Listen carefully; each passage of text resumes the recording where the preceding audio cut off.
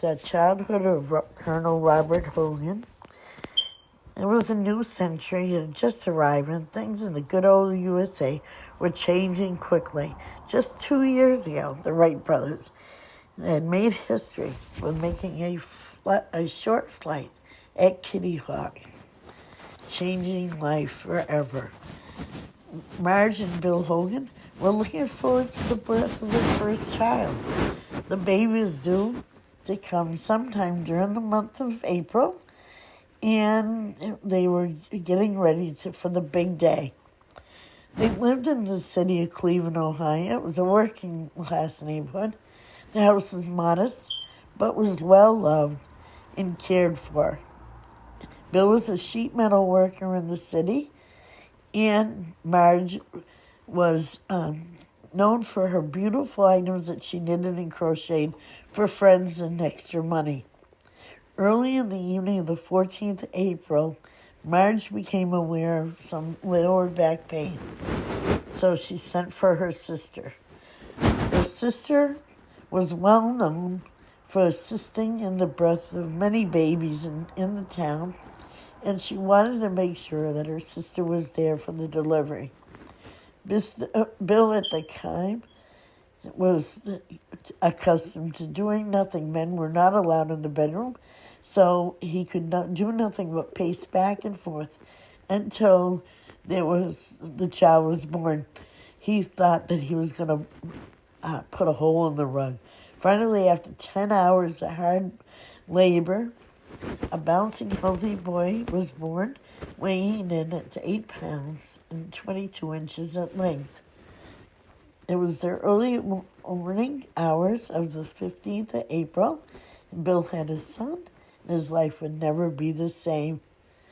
Bobby was a quick-witted, smart baby who could charm the coldest of hearts with a quick smile and innocent look.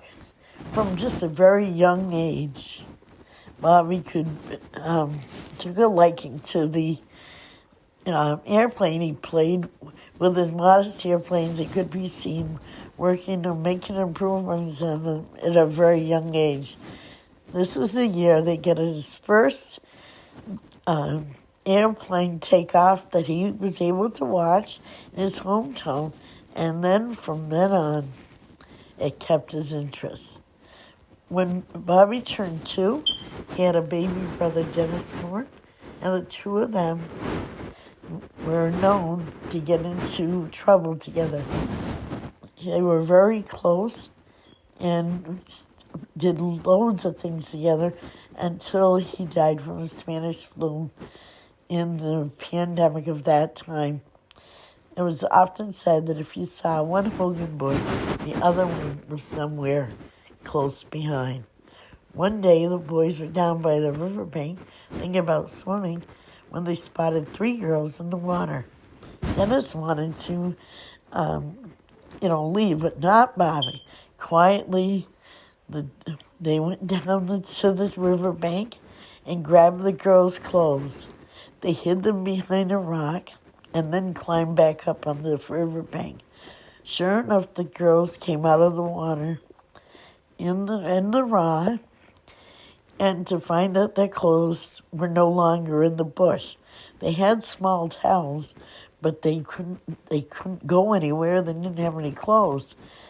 They were screaming, running around, and the scene was quite a sight until they discovered that the clothes were behind the rock. That was just one time. The boys two brothers raised havoc in their town. But times are tough in the city, and as was expected, the boys had to go to work. This made a big change in their life when Bobby had to miss going up to the landing strip, and as he had been accustomed. But then he thought perhaps he could get a job there. So for the 1,000th time, he used his wit and charms to convince a man who directed the mail plane to land to allow him to get a job and learn how to do it. Just 2 years later, He himself was behind the wheel and flying himself. When Bobby turned 14, he was able to attend high school where he did well. There he was captain of the football team and even got elected as the senior class president. He did get into trouble with his little shenanigans, but he was quick-witted once again, had a smile, he could melt your heart, and he was the best pilot that they had on the mailroom. Fun times were just, as I said, around here would have had its consequences. One of the many girls that Bobby had taken out, Betty, came over and told him that she was going to have a baby. Bobby was going to make good on it, but Betty decided to marry another man, a mechanic in town.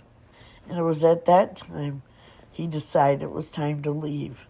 He had a chance to go to Connecticut to a new field strip, which basically was just a field with landing called Robertson Airport, and he worked there until 1937 when the war seemed imminent. He joined the Air Force, and he went on to become the Colonel Hogan that we all know and love.